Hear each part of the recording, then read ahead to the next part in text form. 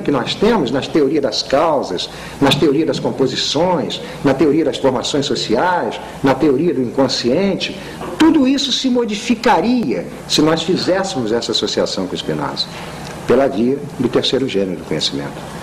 Então, o que é Spinoza em linguagem, né, bem simples? O Spinoza é um pensador que pensa corpos. A questão dele são os corpos. O que são os corpos? Os corpos são aqueles que fazem encontros. Então, a vida de cada um de nós se explica pelos encontros que nós fazemos. Encontros que trazem composição e aumento de forças e encontros que decompõem. Isso seria a nossa existência. Ou seja, para Spinoza, toda a questão da vida se explica por encontros afetivos. Encontros afetivos implicam em dizer que cada um de nós geraria para a sua própria vida os territórios afetivos. A nossa vida passaria pelos territórios que nós construiríamos. As vidas que não são capazes de produzir os territórios de expansão, elas necessariamente se castrarão e se edipianizarão. O Spinoza é, de um lado, um epistemólogo, mas sem dúvida nenhuma, um libertário, né? Alguém que pensa a liberdade em alto nível. Porque nada para ele se conquistará nessa natureza se não houver liberdade. Ou seja, nada se conquistará se esse oceano, que é varrido pelos ventos contrários, não passar a produzir as suas próprias ondas. Pessoal, os diversos filósofos não têm consciência do mesmo modo? Não, eu disse que não. Eu disse que não. Você pega, por exemplo, a fenomenologia do Husserl, você pega o pensamento marxista, que não entenderá a consciência assim. Eu diria, por exemplo, o Bergson entende a consciência do mesmo modo. Entenderia do mesmo modo. A consciência é um resultado, é um efeito. Porque o que ele está dizendo, isso me parece uma coisa muito clara já no nosso tempo, né? Depois do Freud, né? Até tem Léria trabalha nessas questões. Freud, Marx, é famoso, né? Depois de Freud, Marx, Nietzsche, é famoso, né? Na filosofia. Nós não podemos pensar a consciência como ela era pensada antes. Há outras forças dentro de nós. Identificar a consciência como a comandante das nossas vidas já é muito difícil no nosso tempo. Muito difícil. Ainda que passe isso, ainda passa. Mas é difícil. É difícil. Hoje figuras muito novas, como inconsciente, desejos, conatos, etc., começam a aparecer. E você verificar que outras forças, além da consciência, passam na nossa vida. Consciência é diferente do conhecimento. Hein? Consciência é diferente do conhecimento. E daí? Não entendi bem o que você quis dizer. Consciência é diferente do conhecimento. Sim, mas não sei. Porque era marcas. Consciência seria marcas. Marcas, Marcas seria conhecimento. Não, em Spinoza, pelas marcas você não conhece nada. Pelas marcas você conhece as marcas. Não conhece nada. A função do conhecimento é conhecer a natureza. Conhecer é conhecer a natureza. E a consciência só conhece marcas. É isso que ele está dizendo. A consciência é vítima das marcas. Ela não pode ultrapassar marcas e entender a natureza. Por isso o homem da consciência, quando ele pensar a natureza, não tenha dúvida que a natureza dele é cheia de mitos, fantasmas, deuses, terrores, etc. Não tem como vir de outra forma. Ele não tem outro jeito, ele está todo marcado. Aí você pode pensar a função dos mitos, você pode pensar o que corre exatamente na história. Eu vou dar uma explicação para você. Há um texto daquele menino Michel Tournier, eu não sei bem o título do livro, acho que é Lágrimas de Ouro, uma coisa assim. O Michel Tournier conta uma história que talvez clareie isso que eu estou dizendo. Ele conta a história de um determinado povo, que esse povo acreditava que quando o vento do norte soprava, esse vento do norte trazia com ele a morte. Trazia a morte com ele. Então Michel Tournier explica que esse vento do norte é uma velha marca desse povo das invasões nômades. Não sei se ficou claro. São as marcas. Sobretudo as marcas infantis é a coisa mais fácil de se entender. Você entender que para você produzir uma subjetividade enfraquecida é não fazer daquela criança uma força ativa. Ela só traz para a vida os seus fantasmas. Por que ela traz para a vida os seus fantasmas? Porque ela não entende a natureza.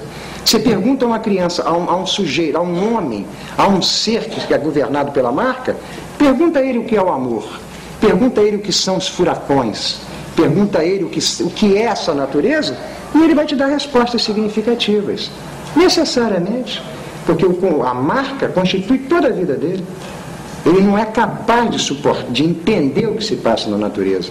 Isso é muito bonito, porque há um momento na vida de Spinoza, Amsterdã, centro do capitalismo, conforme diz o Brodel, na economia mundo, ali naquela loucura que está se passando.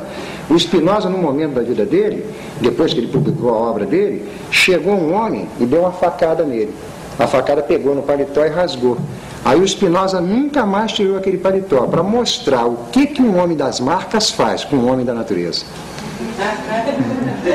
Não suporta, não tolera, porque não entende, não pode tolerar. É impossível para ele entender aquilo. Entender que a natureza são forças, e que a consciência é resultado disso. Não sei se foi clara a resposta.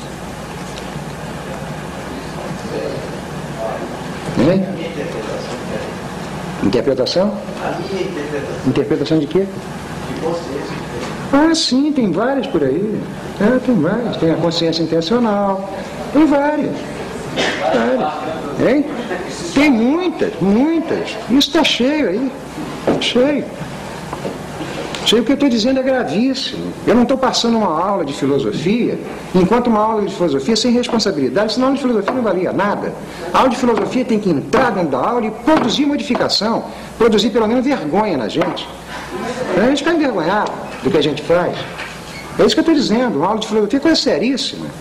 É tirar a filosofia desse campo de tolice que ela passou, uma epistemologia. Vou falar sobre a prova ontológica. A prova ontológica não quer dizer nada.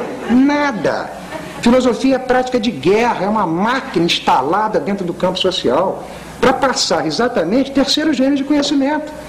Se não passar, é como diz o Nietzsche, pelo menos resta uma tristeza em todos nós, que não somos capazes de pensar. Abala, produz uma diferença. Isso é filosofia. Certo? Então, quando eu falo sobre a consciência, é exatamente isso que eu estou dizendo. O perigo imenso de nós sermos governados pela consciência é porque nós temos uma pedagogia que nos constitui como consciência. Por quê? Porque a pedagogia do Ocidente, a pedagogia do capital, das forças do capital, ela se preocupa em nos produzir como seres fortes no campo econômico, mas sem nenhuma força no campo político. Você procura qualquer tipo de família que vocês encontrarem, toda a questão da família é produzir uma criança sadia e forte no campo econômico, para obter sucesso, mas que aquela criança não tenha força no campo político. Ou seja, o que eu estou dizendo? Se naquela família passa uma literatura sem força. Se passa uma filosofia sem força. Porque é a questão do nosso campo social, produzir consciências. Não se preocupe se a consciência é boa ou má. Ela tem que ser desqualificada, porque questão de bom ou mal é ela que inventa. É mais uma vez, mais um fanatismo dela. Professor, o campo das emoções ficaria onde nas marcas? Olha, não. Emoções, paixões e sentimento, eu vou misturar esses três nomes. Viu? É claro que numa filosofia de aula, de sala de aula, eu teria que distinguir emoção, paixão e sentimento. Mistura os três para não haver confusão. As paixões, a paixão, em Spinoza, é um resultado, ou melhor dito, a paixão se constitui em mim por forças que vêm de fora. Ou seja, Spinoza fala num corpo ativo e num corpo passivo. O corpo passivo é aquele que se constitui por forças que vêm de fora. Certo? Então, eu tenho um corpo apaixonado, porque forças que vêm de fora constituem meu corpo. Não são as marcas, são as forças. Produzem paixões no meu corpo. Essas paixões dependem das forças que vêm de fora. Por isso, todos os corpos, todos nós, oscilamos nas nossas paixões. Ora com raiva, ora com ódio, ora com cólera, ora com amor. Nós não paramos de fazer oscilações. Fazemos oscilações o tempo inteiro. As nossas paixões nos tornam sujeitos oscilantes. E o Spinoza tem aqui um dito muito engraçado. Ele diz que o profeta, atenção, o profeta é um homem das marcas e um homem das paixões. Então ele vai dizer que o profeta trabalha com marcas e paixões. Ora, se o profeta trabalha com marcas e paixões, procure o profeta no momento em que ele teve uma paixão agradável, que ele vai fazer uma ótima predição. Isso é grave, isso daqui não se reduz ao profeta não, viu? Isso passa para o nosso campo social. O que Spinoza está dizendo é que todos esses mecanismos interpretativos que tem aí, tem como fundamento marcas e paixões, a oscilação das paixões. Leem as cartas do Kafka para o pai dele, que vocês vão entender exatamente o que está se passando. O Kafka dizia para o pai dele que ele não tinha condições de conversar com o pai dele, porque o corpo do pai dele era um corpo apaixonado. E o corpo apaixonado não para de oscilar. Então aquela oscilação daquele corpo, é dali que vem tudo. Então você nunca sabe o que vai surgir ali. E o nosso campo social não para de produzir corpos apaixonados. Por isso que um garotinho de 15 anos, quando entra no escritório, a primeira coisa que ele faz é